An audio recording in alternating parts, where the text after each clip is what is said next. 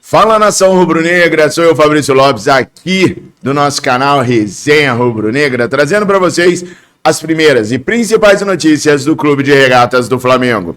Nação, vocês estão chateados aí por quê? Porque empatou com o Central Córdoba, vocês estão acertados por causa disso? Mas, gente, o plano é ser campeão brasileiro. Esse ano a prioridade é o Brasileirão. Por isso a gente jogou tão bem contra o Cruzeiro, não jogamos nada contra o Central Córdoba ontem, porque os jogadores estavam sendo poupados para o jogo contra o Bahia. Contra o Bahia agora no final de semana, os preços dos ingressos já baixaram, vamos ter casa cheia, para poder ter essa arrancada no Campeonato Brasileiro. É o Brasileirão que interessa, lembra? Então vocês estão preocupados com o quê, gente? Nós vamos ser campeão brasileiro esse ano. Claro que eu tô sendo irônico, nação. Óbvio que eu tô sendo irônico. Óbvio que o Flamengo protagonizou mais um papelaço na Libertadores da América. Se fosse eliminatória, o Flamengo teria caído ontem diante do poderoso Central Córdoba. Aliás, daqui a pouquinho eu quero cantar parabéns para você pro Central Córdoba. Não é hoje, não. Não é. No dia 17. No dia 17 agora, talvez a gente cante parabéns para você pro Central Córdoba. Vai fazer 3 meses que não ganha no Campeonato Argentino. A última vitória do Central Córdoba lá foi no dia 17 de março. De lá pra cá só houve vitórias na Libertadores. No Campeonato Argentino, não. Hoje é dia 8/5. Quando chegar dia 17, daqui a 9 dias, se os caras continuarem sem vencer, já dá pra cantar um parabéns pra você de mêsversário do Central Córdoba sem ganhar do Campeonato Argentino. O Banfield ganhou dos caras. O Banfield é o vice-lanterna do Grupo A e ganhou dos caras de 3-1. 3-1.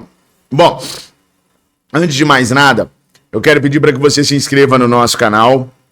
Curta, comenta, compartilha, ajuda a gente a continuar crescendo, porque algumas verdades precisam ser ditas e aqui a gente fala, a verdade doa quem doer, mesmo que doe nós mesmos. O planejamento do Flamengo não tá legal, tá estranho. É claro que eu ainda não vejo como sendo o momento de trocar o Felipe Luiz. Mas, infelizmente, para o Felipe Luiz, é um momento de corda bamba para ele. Conversando com o Matheus ontem, Matheus ficou bravíssimo. Vocês não têm noção do quanto que o Matheus está aborrecido com o resultado do jogo de ontem, assim como todos nós. Eu falava para ele o seguinte: Matheus, relaxa, irmão. 2019 foi do mesmo jeito. A gente cambaleou. A gente classificou cambaleando e tal. Aí o Matheus me lembrou de um detalhe e falou assim: papai, mas teve uma mudança no Flamengo em 2019. Por conta da Copa do Mundo, o Flamengo teve tempo de trazer um treinador que arrumou a equipe, que jogou diferente de tudo que tinha aqui na América do Sul e a coisa vingou. Dessa vez, a tendência é que não apareça outro Jorge Jesus pra gente fazer a troca. A tendência é que as coisas não sejam resolvidas como foram da outra vez, né? É o Felipe Luiz que tá aí. E é estranho, porque eu sabia que o jogo contra o Cruzeiro não seria um jogo esplendoroso por conta desse jogo contra o Central Córdoba. Na minha cabeça, o Flamengo ia se doar ao máximo nesse jogo do Central Córdoba para poder se classificar na Libertadores ou tornar a classificação encaminhada. E aí depois ia retomar o Brasileirão como prioridade. Mas não, cara. O Flamengo jogou bizonhamente contra o Cruzeiro e bizonhamente contra o Central Córdoba. O fato mais bizonho de todos é você ter Alexandro e Léo Ortiz no banco de reservas no jogo mais importante do ano.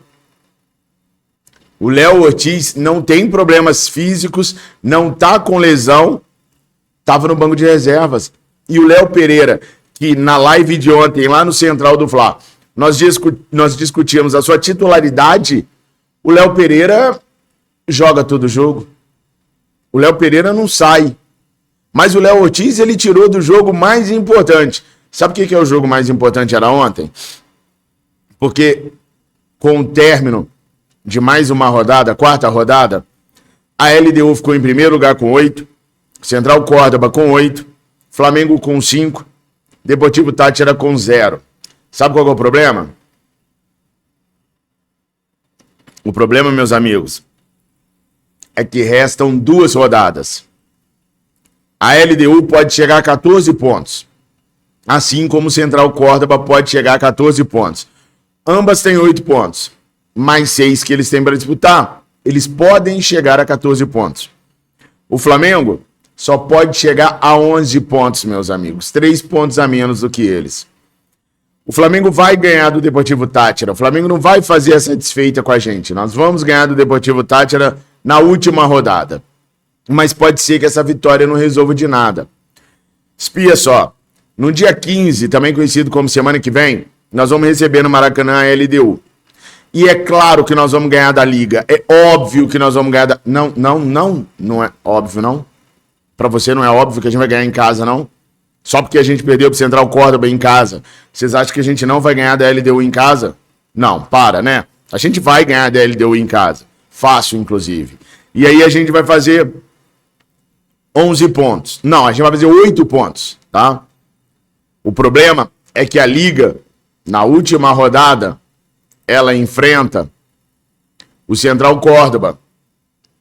Uma das 2 equipes pode chegar à pontuação de 14 pontos. Quer dizer, a LDU não chega a 14 pontos, que nós vamos ganhar da LDU.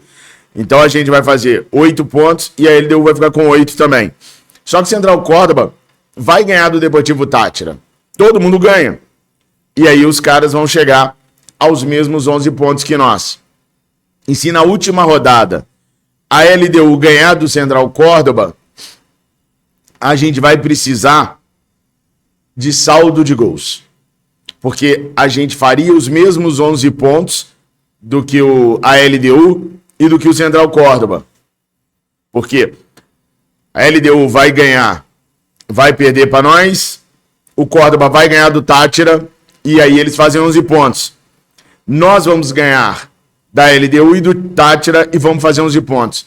Então, na última rodada, se tudo der certo para o Flamengo, ficará LDU com 11, Córdoba com 11, Flamengo com 11.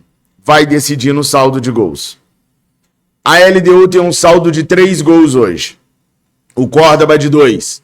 E o Flamengo não tem saldo de gols.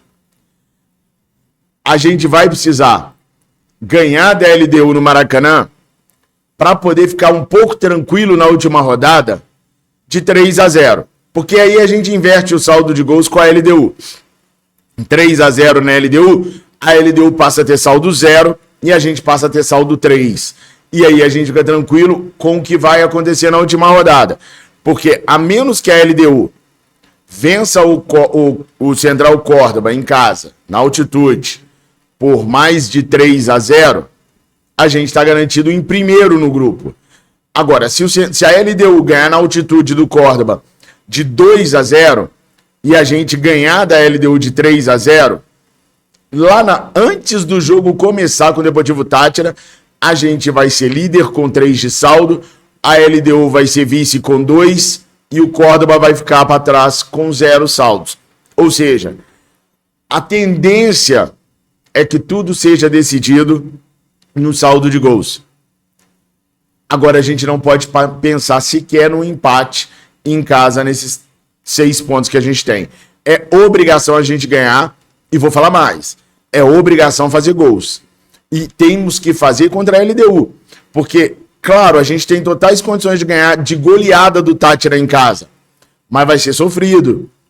Vai ser sofrido. Se a gente chegar em terceiro lugar na última rodada com Táchira, precisando fazer, tendo a obrigação de fazer 2, 3 gols no Táchira, a coisa complica. É viável? Claro que é. Mas você ter a obrigação de fazer, complica. Tanto complica que o artilheiro do Flamengo na temporada é o Arrascaeta, que cá pra nós tá fazendo coisa pra danar. Ele nunca foi goleador na vida, é o melhor começo de temporada do Arrascaeta. Mas não pode perder aquele gol que ele perdeu, gente. Aquilo é gol pra você matar o jogo, pra você encerrar a partida. E por que ele perdeu? A arrancada foi maravilhosa, a condução da bola foi maravilhosa, mas a finalização foi finalização de meia. Não foi finalização de matador, foi finalização de meia. O meia não finaliza com força. O meia não finaliza feio. O meia dá o toque, faz o jogo, dá a cutucada no canto, cavadinha por cima. Meias clássicos são assim. Não mete o cacete pra fazer o gol. Se é o Pedro ali, meu patrão, é um catire-papo no canto e acabou o problema. Se é o Adriano, corta pra canhota e chuta no outro lado do goleiro. A boa fase do Bruno Henrique e do Gabriel driblavam o goleiro e faziam o gol. Mas o meia não. O meia dá a cutucada. E na cutucada o Arrasca perdeu o gol. Mas não era pra ser o Arrasca sair ali. Quem tinha que sair ali na cara do gol, na lógica montada pelo Felipe Luiz, era o Bruno Henrique. Aí vocês vão me desculpar. O Juninho não é jogador do Flamengo, gente. Não é. O Juninho é um erro do José Boto. É um erro do José Boto. O Juninho teve uma oportunidade que ninguém vai ter coragem de falar. O Juninho saiu cara a cara com o goleiro porque foi esperto, roubou a bola, tirou a bola do goleiro e caiu. Caiu. Vocês pararam para pensar na irresponsabilidade do Juninho? Ele tentou cavar um pênalti que não existiu. O goleiro não encostou nele. E ele tentou cavar. Porque eu não quero acreditar que o Juninho é ruim de cair sozinho porque passou o pé em cima da bola e tropeçou. Eu não quero acreditar nisso. Mas ninguém vai falar nisso. Porque tem um coitadismo no Flamengo que não podia criticar o Carlinhos e agora, por algum motivo, não pode criticar o Juninho, o atacante de 7 milhões de euros. Ele custou 7 milhões de euros ao Flamengo. E ele estava cara a cara. Qual é a função do Juninho? Alguém me explica, por favor? Qual é a função do Juninho? Eu sei. Bruno Henrique não jogou nada. Gerson não jogou nada. Foi a pior partida que eu vi o Wesley fazer no Flamengo recentemente. Não jogou nada o Wesley.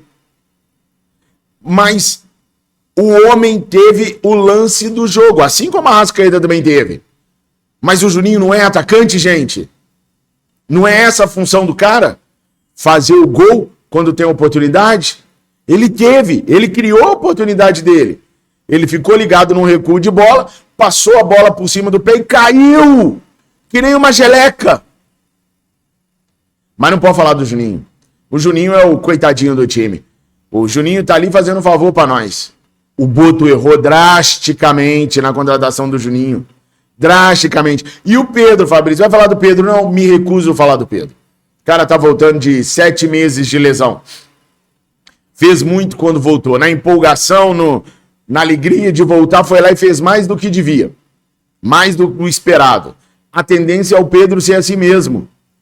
Oscilar até ganhar o ritmo de jogo necessário de novo. O Bruno Henrique é uma burrice usar o Bruno Henrique. É uma burrice.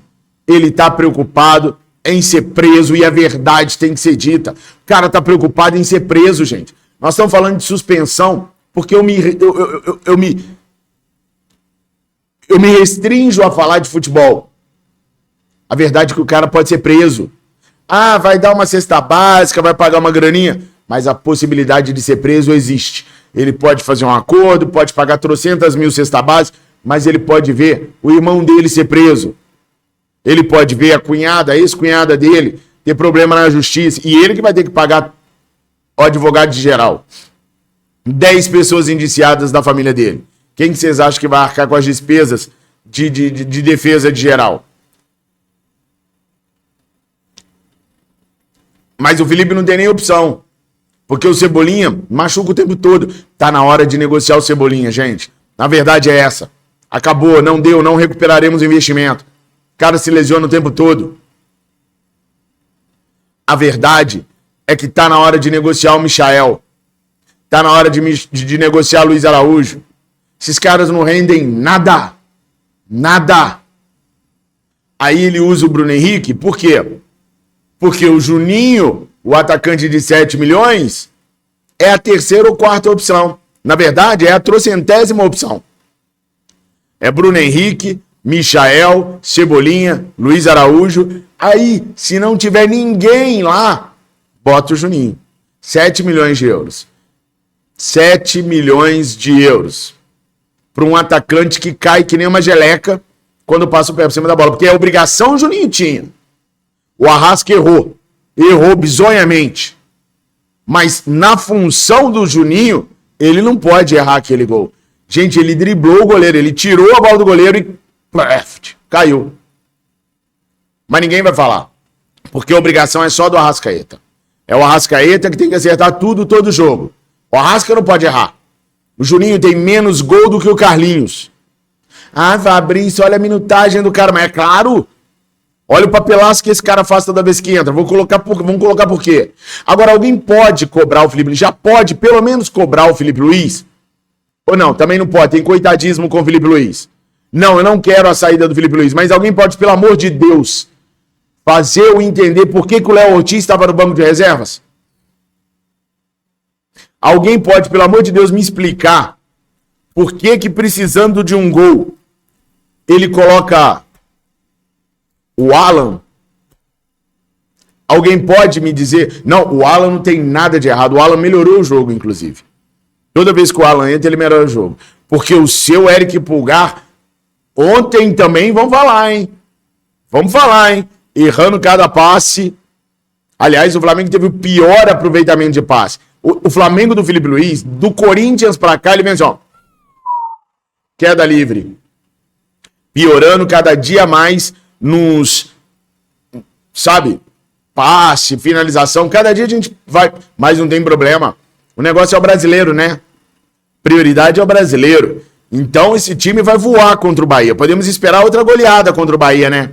Que a prioridade é o brasileiro. É, gente, é ruim, é triste. Eu tenho tanta coisa pra falar, eu tenho tanta coisa pra passar pra vocês, já tem 17 minutos de vídeo. Eu prometi que eu faria vídeos mais curtos.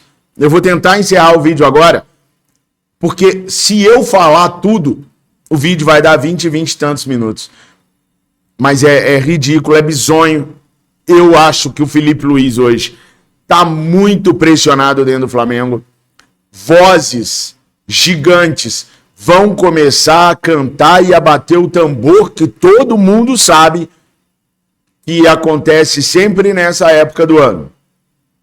Jorge Jesus, Jorge Jesus, Jorge Jesus, Jorge Jesus, Jorge Jesus.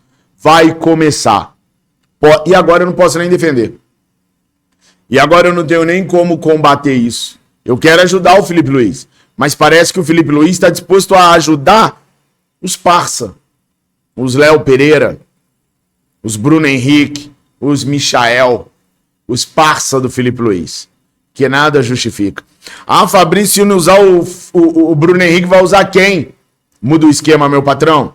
Bora jogar no 4-5-1. Bora sair o jogo com Matheus Gonçalves e Alan dentro de campo. Vamos jogar num 4-4-2 empurrando o Arrascaeta para segundo atacante? Jogando com o De La Cruz armando o time? Com o Alan, com o Gerson e com o Eric Pulgar de volantes? Com o Matheus Gonçalves e o De La Cruz de meias? Ou com o De La Cruz de meia e o Arrasca com o Pedro lá na frente? Vamos ser criativos? Bora fazer alguma coisa diferente? Ou vamos ficar morrendo com esses pontas que não rendem absolutamente nada? Cebola, Bruno Henrique, Michael, Juninho. Ó, pra mim o Juninho é abaixo da crítica. Toda a nota do Juninho de corte pra mim é 5. É de 5 pra baixo. Nunca vai existir de 5 pra cima com o Juninho. Nunca. Nunca. Terrível. Terrível. Pelo menos o Carlinhos não custou 7 milhões de euros. Comentem aí, porque sinceramente, já tem 19 minutos de vídeo. Se me deixar, eu vou ficar falando aqui. Eu tô muito injuriado com a maneira que o Felipe Luiz está conduzindo esse time do Flamengo. Mas eu amo vocês, estamos juntos, fiquem com Deus. Saudações rubro-negras. Acredita que vai dar para classificar?